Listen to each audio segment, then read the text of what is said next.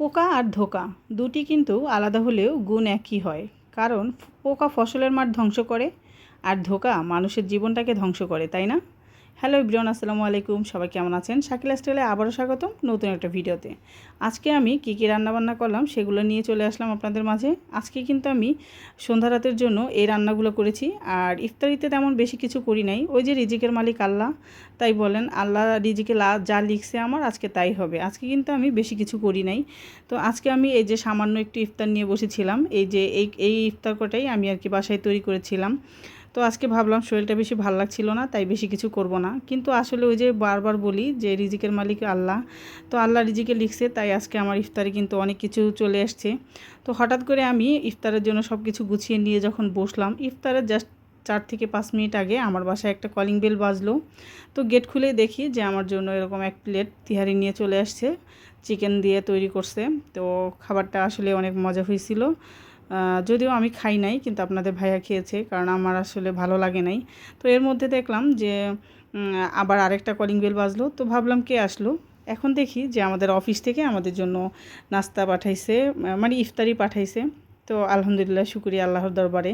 এই যে দেখেন আজকে এই ইফতারগুলো আমাদের অফিস থেকে পাঠাইছে।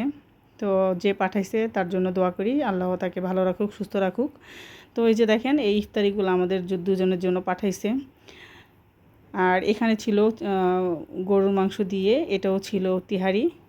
তো আমার কাছে এই খাবারটা অনেক ভালো লেগেছে, আমি এটা খেয়েছি আর আপনাদের ভাইয়া ওইটা খেয়েছে। তো যাই হোক, আমাদের ইফতারিটা কিন্তু আমি কিছুই তেমন তৈরি করতে পারলাম না। তাতে কি দেখেন আল্লাহ কত কিছু লিখছে আর কত কিছু চলে আসছে আমার বাসায়। তারপরে হচ্ছে আমি সন্ধ্যায় এখানে যেহেতু গরু মাংসটা বাজার থেকে ফ্রেশ নিয়ে আসছে, তাই একটু গরু মাংস রান্না করলাম ঝাল ঝাল করে। আর হালকা একটু আলু দিয়েছি, কারণ আলু না দিলে আসলে ভালো লাগে না।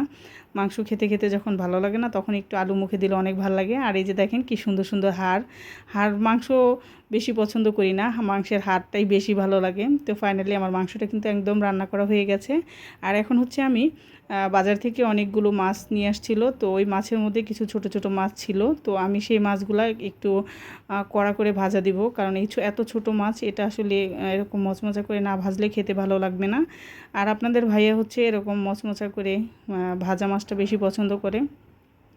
তো যাই যাক হোক, আমি আর কি সবসময় আমার হাজব্যান্ডের খাওয়া দাওয়ার দিকে একটু বেশি টেক কেয়ার করি, কারণ সে একটু অন্যরকম সব ধরনের খাবার দাবার খায় না। তো এই যে দেখেন তার জন্য স্পেশালি গরুর মাংসটা রান্না করেছি।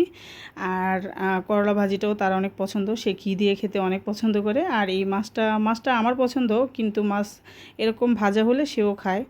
তো আমার আজকের ভিডিওটা কেমন লাগলো অবশ্যই লাইক কমেন্ট করবেন, ভালো লাগলে শেয়ার করবেন। আর সবাই ভালো থাকবেন। আল্লাহ হাফেজ। আর সবাইয়ের জন্য দোয়া করি।